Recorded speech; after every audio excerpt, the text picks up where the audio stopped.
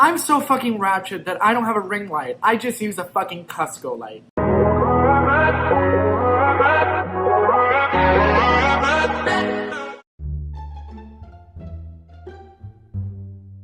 I know it's been a hot minute. Hey, what is up, guys? It's me, Goosey, and I'm back again with... As you can see, this time I have at least better lighting, I hope. It's ratchet as fuck, but it's still better lighting. I don't know about the background, if it's good or not. I really don't care. I can see myself now in a viewfinder, so I'm going to have to not do that for a while. I've been sleeping on this story for a while, trying to say like, oh, I don't want to be messy, like I don't want to say it because it's not just a story about me, it's a story about other people as well, and I'm like, I don't want to be that messy person, but I don't like this person anymore, so I don't care. And I don't know, I'm gonna try and get it a little bit better, maybe add some music, maybe add some like shook music.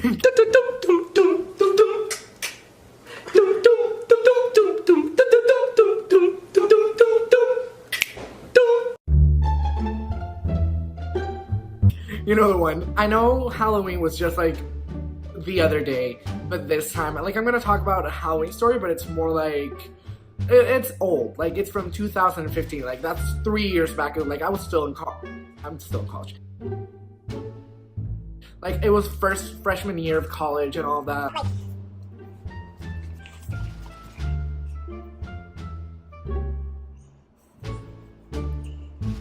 And basically, these are the types of things that I realized, like, would only happen to me. Like, who the fuck else? Why? It just happens to me. And I don't know. I'm used to it by now, but it just happens. So, yeah. If you've read the title of this video, you probably can't understand what this is about right now. But it's about the time I got roofied on Halloween at a Christmas.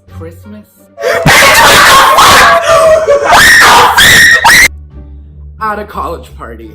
So a little background on this. In my college, my university, like where I study, like there is this annual Halloween party. It's like a really big deal and all of that. Like everyone goes dressed up. It's like a big like fucking night. It's like, I don't know, open bar and all that. And when you say open bar in college, people like, you know you're gonna get a big turn up. And where we live, like the legal drinking age is 18, so literally anyone can legally drink. Anyone can come in without a fake ID except anyone who's still 17. But wait, they don't even ask for IDs. Like, what the fuck? And this party, like, it's just like all the money of the party like goes towards the faculty, like buy microwaves and all that for the students. Like, not that big of a deal. So it is my first time attending this party.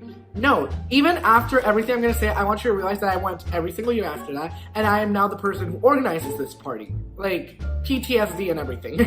And honestly, when I think about it, like, this party, like, I still have crippling PTSD from this night. Like, I literally think about everything that happens, and I say, like, holy fucking shit. I'm shit. That night was shit. How do people put up with me? But at the same time, I'm like, you know, it's not your fault, like you were drugged. Where do we begin in this story? Me and my best friend, like, we head there. She comes to me, like, she's my best friend. Like, I was new, and, like, I was freshman, I didn't know a lot of people in college, so it was just me and my best friend, like, heading up. Like, I obviously knew some people in college, but we weren't, like this close yet. Like, we weren't, like...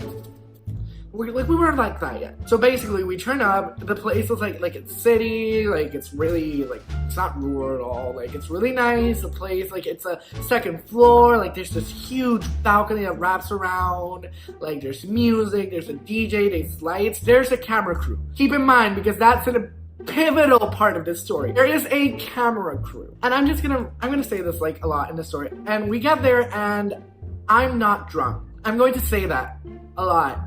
So basically, I'm not drunk, but if anyone who knows me, they know that I fall over air. Like, I trip on air. I trip on my own thoughts. Like, I fall basically on everything. Like, I have no center of gravity. I have no balance. So we're basically heading up to the club. It's me and my friend.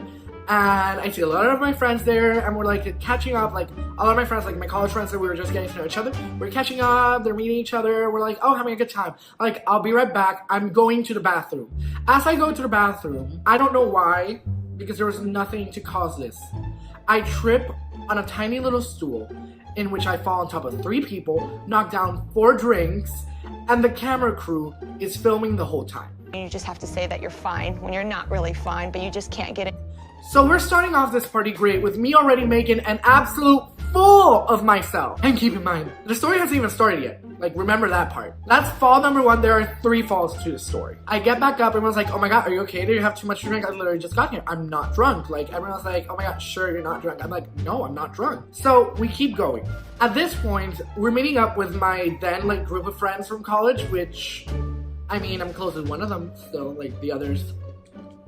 And basically, as we're meeting up with them, we're like, oh my god, this is my friend Amanda. They meet each other, whatever, and we're just, like, having fun and all that. And at this point, like, let's just say that my group of friends was 3. Let's just say that I was, like, close with these 3 people, out of which one of them is still one of my best friends. And 2 of them, like, one of them I have no problems with, and the other one I have no relation with because we just don't get along. So, an important part of this is that one of them, the one that we don't get along anymore, because of this night, because of this horrible PTS-inducing night, has a girlfriend. That plays a major part of this story. Like, her girlfriend plays a major part.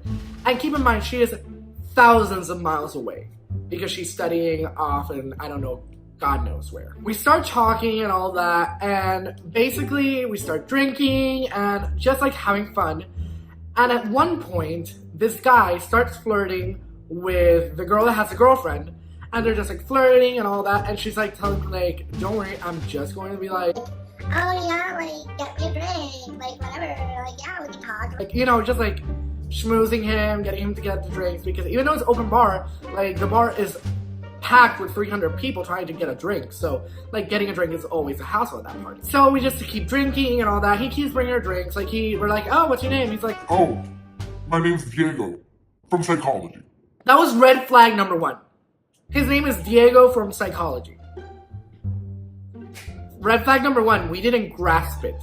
We did not grasp it. We keep drinking, we keep doing the normal fun stuff, you know, just like college. And I remember one point in the night, like, she was trying to get hammered. And she was like hammered, like, playing with her Pocahontas little dress, whatever. And she just, like, I don't want this. I don't want what's left of this. Like, you can have it. Diego got it for me. And I'm like, oh my god, thanks. I don't have to, like, go in line and get a drink. Like, I can just, like, keep drinking your drinks. That was my mistake of the night. That moment where Goosey took that drink was the moment his fate was sealed. The moment I took that drink, everything went downhill. And keep it in mind, I didn't drink one of them. I drank 4. 4 roofied drinks. The night keeps going on, and at another point of the night, I'm literally just stumbling at the point that I lean on a door that is clearly open and fall on my ass. That was fall number 2 of the night. Everyone's more like, Oh my god, Goosey, are you okay? Oh my god, Goosey, are you fine? I'm fine. You don't have to worry about me. like, that was me. So, we get up. I say my friend is completely hammered. I'm fine. I don't want to be that messy person. Is completely hammered. The other 2 are flirting with each other. Like, that's another part of this. Like, the other 2 friends were flirting with each other. And I remember that she got mad because she didn't want to, like, she was, like, flirting, but she didn't, like, want to make out. So he went and, like, made out with someone else. And then she was mad. And that was happening simultaneously. So we're a couple of drinks in at this point that are pretty goddamn roofy. I remember this is on a 2nd floor. Like, keep that in mind. Like, we're on a 2nd floor. We're on a 2nd floor in the balcony. And she's just, like, still flirting with this guy. And he goes, like, oh, can we, like, you want to go back to my place? Like, I have a hotel down the street. Like, we can go there. And she's like, Sure. and I am at that point, like, I'm completely, I don't know what's going on. I don't know. I have no idea. Like, I'm literally just, like, existing as a bare minimum. And I'm like, are you sure that's a good idea? I don't think you should go with him. I'll do what I want, don't worry. I'm just gonna get more drinks out of him. I don't think that's a good idea. Like, really? Yeah, I'm good. And at this point, like, they start leaving the club. And they start going down the stairs. And I'm looking for my friends, the other 2. And they're like, oh, like, no, like, he's, like, making out with the girl, and she's, like, mad, like, pissed. And I'm like, oh my god, you gotta come with me. We gotta help her. Like, she's going to be taken to a hotel room, which is potentially a sexual assault case. And she's just, like, mad. She just, like, goes with me. And I remember Amanda was with me at that point, and she was like, I'll come with you as well, like, I'll help, because she was completely sober. Like, God bless Amanda, she was completely and utterly sober. She had a horrible night. So did I, but she was, like, sober during all of this, so she was, like, wanting to die. And at this point, like, I'm starting to go down the stairs, and I black out. Like, everything's black. I remember nothing for the next couple of minutes. And next thing I know, I open my eyes, I'm at the foot of the staircase, like at the very beginning, like on my ass. And everyone's like around me, go like, oh my god, you fell down the staircase, are you okay? And I'm like, I did not fall down the staircase, I'm fine. And everyone was like, no, you literally just fell. Like, I gotta get after them. And I get up and I start going after them, like, because, hello, they're going to a hotel room, like, consent.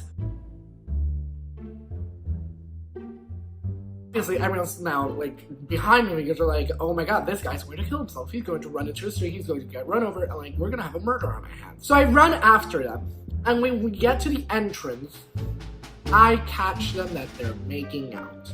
And I'm thinking, how do I stop them from going to the hotel room? How do I stop this from happening? And in my dumb, stupid, roofied mind, I think I'm going to take a picture of this and send it to her girlfriend. And she will tell her to stop. Let that sink in for a moment. That was my train of thought. I thought that would work. I literally did. Not just me, but my friend as well. She was like, If I were her girlfriend, I would want to know. I was like, okay. So I take out my fucking cell phone, take a picture, I filter it, I Facetune it, I do everything to it, and I Facebook message it to her girlfriend. Who next thing we know is calling me, asking me what the fuck is going on. And I just answer the phone. Look, your girlfriend is completely like, I think we're rooming. I don't know what to do. It's like sending you. I don't want to do. Like, that's literally me, like, basically crying on the phone.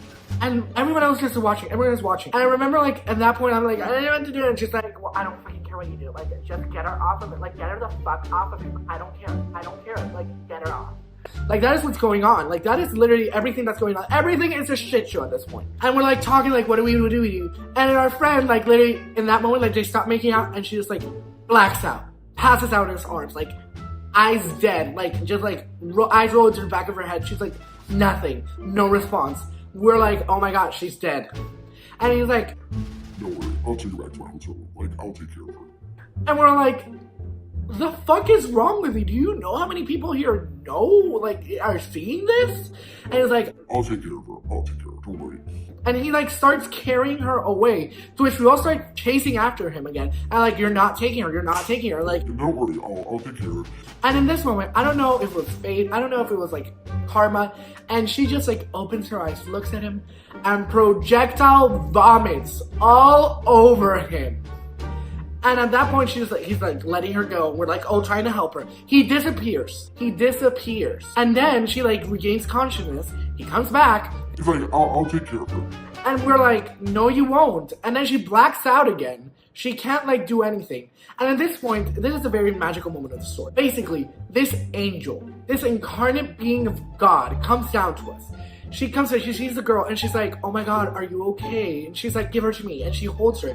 She whispers in her ear. She pets her head. I don't know what the fuck she tells her. Whatever she does, it brings her back to life. You're like, I'm good. I'm okay. And we're like, what the fuck? And I'm like, oh my god, what is your name? And she's like, Antoniella. And I'm like, what?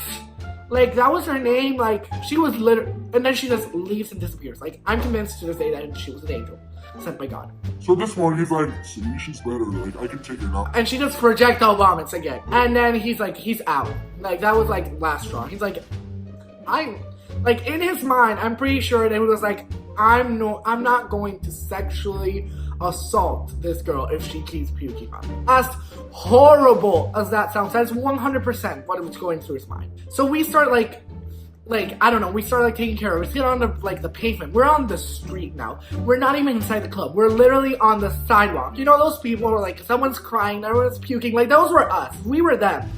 She was just puking on the sidewalk. And to this moment, her girlfriend is still on the phone, what's going on? What's happening? Why aren't you telling me? Could you shut the fuck up for a moment? And I'm I can't, she won't wake up, and and he's I'm she won't wake up. What should I do? She's stick your goddamn finger down her throat and make her puke. And at that point, I'm not reasoning either. So I just stick my finger down her throat, make her puke all over my hand, all over me, and all over the sidewalk. It's all nasty, it's all gross. She's just puking. And another one of her friends suddenly pulls up the car and they're okay, we'll take her home from here. She's all covered in puke. Everyone's covered in puke. The guy just leaves. We were, I still don't know what to do. I remember I stumbled to the casino with my friend Amanda, and we're just, there trying to process until, to sober up. I was wearing, a prosthetic over my face, and we were, going into the casino. The bouncer, you can't come in here with a mask, sir. And I'm fine. And I just, rip off half my face, literally no, latex remover, everything just cold blood, cold turkey, rip off the Band-Aid. And at that point, I'm just so exhausted. I can't, reason what is going on. I still have roofies in my system. It's the next day. I make cinnamon rolls. I go to her apartment to ask. She won't talk to me. Because at this point, clearly her girlfriend knows that she cheated on her. My other friends are you shouldn't have told her. And I'm I'm sorry, but who the fuck was roofing as well? Who fainted down the stairs? Who went after her? Who saved her from actually almost being in a very horrible situation because she was going with a guy who she was not consenting to his hotel room? This would have ended really badly. I'm just trying to help, and you all are trying to shit on me. Fuck all of you. And I leave. We did not talk for months. We literally did not talk. Months later, we cleared up the situation. It was a little iffy. She wasn't aware of everything that happened. But to this day, we don't like each other. I still have crippling PTSD from that night. I still remember vividly. So many details, so much puking, so much stress. The photo, why the fuck did I Facetune that photo? Priorities. And now, I go every year to that party, and I host it, and organize it. Because I don't learn. Don't follow my footsteps. So, that's it for this story. It's literally the story of when I got roofied on Halloween on 2015. It's a fun one. I mean, it's not fun when I think about it back then, but it's a funny story to tell now. And I hope you guys enjoyed this. Please leave a like, subscribe, share, whatever the fuck everyone else tells you to do. Turn on post notifications, all that fun thing. And I'll see you guys later. Bye, guys. I need to stop looking at myself in the viewfinder. Also, I need to fix the white balance.